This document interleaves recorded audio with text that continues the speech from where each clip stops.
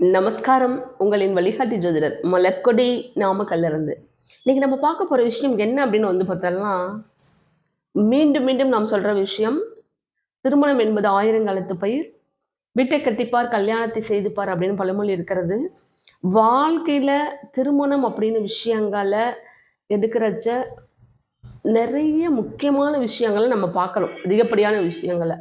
எதுக்காக சொல்றேன் அப்படின்னு வந்து பார்த்தோம்னா, இன்னைக்கு தினமும் அப்பாயின்மெண்ட்ஸ் எடுக்கிறதே வந்து பார்த்தீங்க அப்படின்னா, திருமணத்துக்கு அப்புறம் நிறைய ப்ராப்ளம்ஸ் சந்திக்கிறவா தான் அப்பாயின்மெண்ட்ஸ் எடுக்கிறா. ஒன்று வேணாங்கிறா, இல்லை வேணுங்கிறா, இல்லை என்ன மாதிரி செய்துண்டா இந்த திருமணத்தை காப்பாற்றிக்க முடியும் அப்படின்னு சொல்கிறா.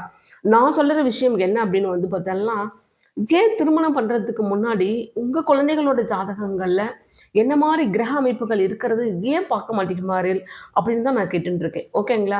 அப்போது திருமணம் சம்மந்தப்பட்ட விஷயங்களை வந்து நம்ம வந்து ஹாரோஸ்கோப்பை எடுத்தோடனே பார்க்கக்கூடிய விஷயங்கள் என்ன அப்படின்னு தெரிஞ்சுட்டு என்ன மாதிரி கிரக அமைப்புகள் இருக்குது, அதுக்கு என்ன மாதிரி வழிபாடுகள் செய்யலாம், என்ன மாதிரி கிரக அமைப்புகளுக்கு என்ன மாதிரி தெய்வங்களை வழிபாடு பண்ணலாம் அப்படிங்கிற விஷயங்கள்லாம் தெரிஞ்சுட்டு திருமணத்தை நீங்கள் ஆரம்பிச்சேன் அப்படின்னா அந்த திருமண வாழ்க்கை காலத்துக்கும் நிலைச்சு நின்று இருக்கும். அதை பற்றி தான் இப்போ நம்ம பேச போகிறோம். அப்போ திருமணத்திற்கு வந்து பார்த்திங்கன்னா முக்கியமான விதிகள், அதாவது கோல்டன் ரூல்ஸ், அதை தான் பார்க்க போகிறோம். அப்போ திருமணத்திற்கு முக்கியமான பாவங்கள் என்ன அப்படின்னு வந்து பார்த்தோம்னா 2, 7, 11 இந்த பாவங்களில் மட்டும்தான், இந்த தசாபுக்திகளில் மட்டும்தான் ஒருத்தருக்கு திருமணம் நடைபெறும். இந்த 2, 7, 11 பாவங்கள் இயங்காமல் ஒருத்தருக்கு கண்டிப்பாக திருமணமே நடக்காது.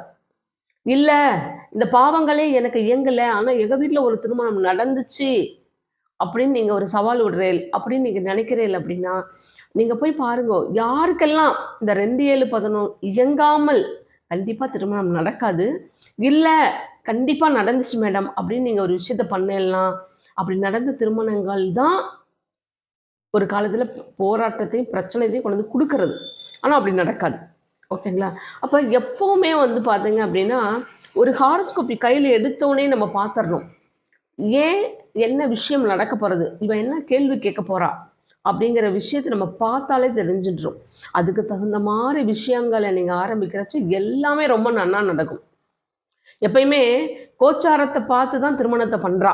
ஓகேங்களா? கோச்சார கிரகங்கள் தான் ஒரு விஷயத்தை நிர்ணயிக்கிறது அப்படிங்கிறா. எப்போவுமே கோச்சாரம் அப்படிங்கிறது தற்காலிகமானது, தசாபக்தி மட்டுமே நிரந்தரமானது. அப்போ ஏன் தசாபக்தி இந்த இடத்துல நம்ம சொல்கிறோம் அப்படின்னு வந்து பார்த்தோம்னா 2, 7, 11 இந்த பாவங்கள் இயங்காமல், இந்த தசாபக்திகள் இல்லாமல் திருமணம் நடக்காது. தசாபக்தி கொடுக்காத எந்த ஒரு விஷயத்தையும் கோச்சாரம் கண்டிப்பாக கொடுக்காது.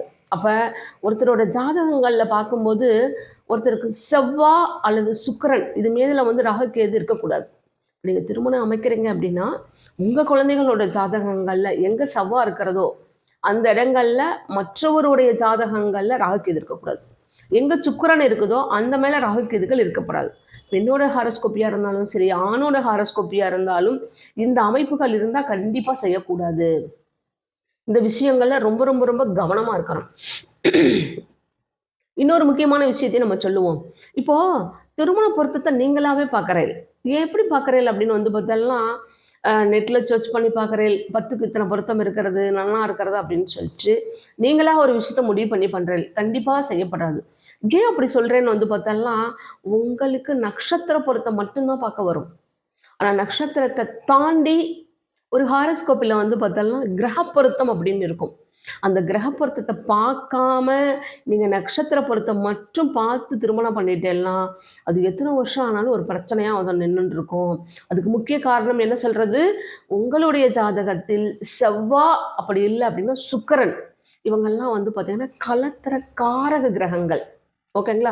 பெண்ணுக்கு வந்து செவ்வாய் கலத்திர காரகம், ஆணுக்கு வந்து சுக்கிரன் கலத்திர காரகன். அப்போ இந்த கிரகங்கள் மேலே ராகுகேதுகள் இருக்கக்கூடாது. அப்படி இருந்து நீங்கள் அமைச்சிட்டிங்க அப்படின்னா அந்த திருமணம் எப்போ இருந்தாலும் ஒரு பெரிய பிரச்சனையாக வந்து நின்றுன்னு இருக்கும். அதே மாதிரி ஒருவருடைய 7ஆம் அதிபதி லக்னத்துக்கு 7ஆம் அதிபதி இருக்கு இல்லையா, லக்னம் அப்படிங்கிறது லான் இருக்கும். அந்த லக்னத்துக்கு 7ஆம் அதிபதி யார் அப்படின்னு பார்க்கணும். அந்த 7ஆம் அதிபதி மேலே இன்னொருவருடைய ஜாதகங்களில் ராகுகேதுகள் இருக்கக்கூடாது. ஓகேங்களா? ஃபர்ஸ்ட் ஆஃப் ஆல் 7ஆம் அதிபதி ஒருத்தர் ஒரு மிதுன லக்னம்னு வச்சுக்கோங்க.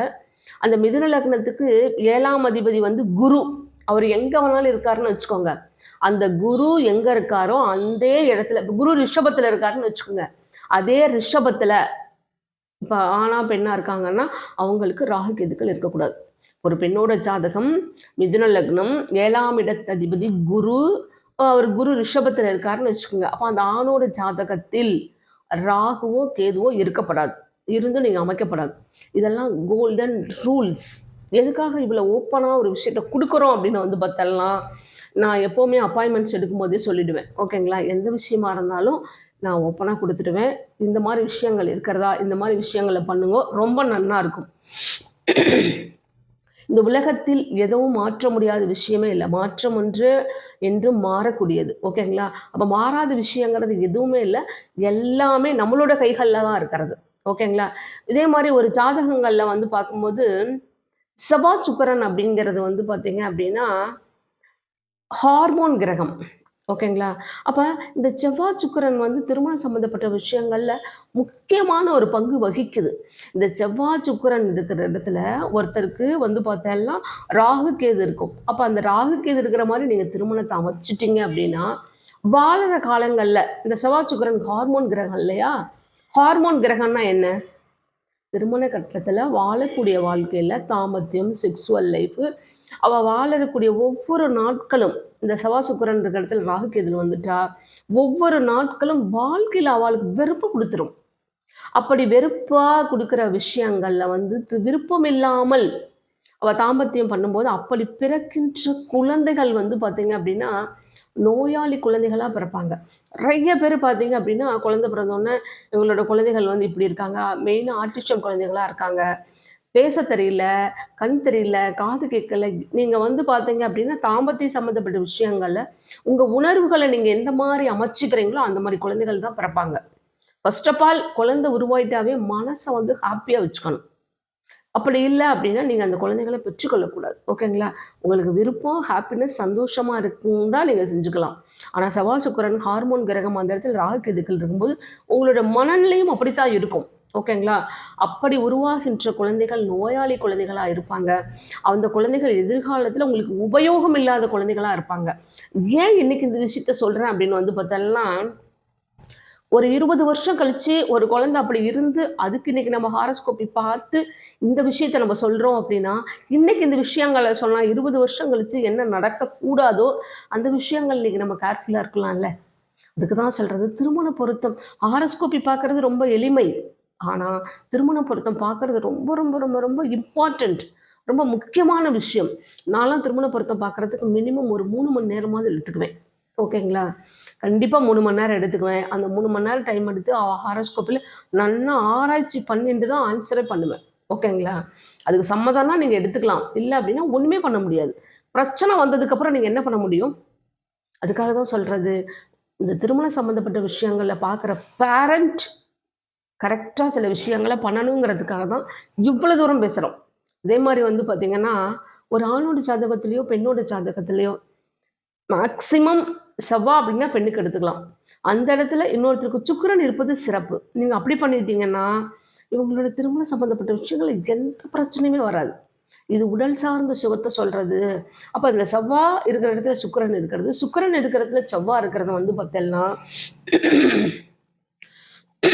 வாழ்கிற காலத்தில் இனிமையான தாம்பத்தியம், இனிமையான செக்ஸுவல் லைஃபு ரொம்ப நல்லா இருக்கும். ஹாப்பியான திருமண வாழ்க்கைங்கிறது இவாளுடைய வாழ்க்கை தான். இதெல்லாம் கோல்டன் ரூல்ஸ். இப்போ நான் சொல்லுற விஷயங்கள்லாம் என்னோடய கிளைண்ட்டுக்கு கொடுத்து சக்ஸஸான விஷயங்களை தான் நம்ம சொல்லிட்டு இருக்கோம். அதே மாதிரி வந்து பார்த்தீங்க அப்படின்னா ஒருத்தரோட ஜாதகங்களை சந்திரன் எங்கே இருக்கிறதோ அந்த இடத்துல குரு இருக்கிறதும் சிறப்பு. இருந்தாலும் பார்த்தாலுமே அது ஒரு பொருந்தும். அதே மாதிரி ஒருத்தரோட செவ்வாய் இருக்கிற இடத்துல இன்னொருத்தரோட ஜாதகங்களில் குரு இருக்கிறதும் சிறப்பு. இந்த மாதிரி இருந்தாலும் சிறப்பு.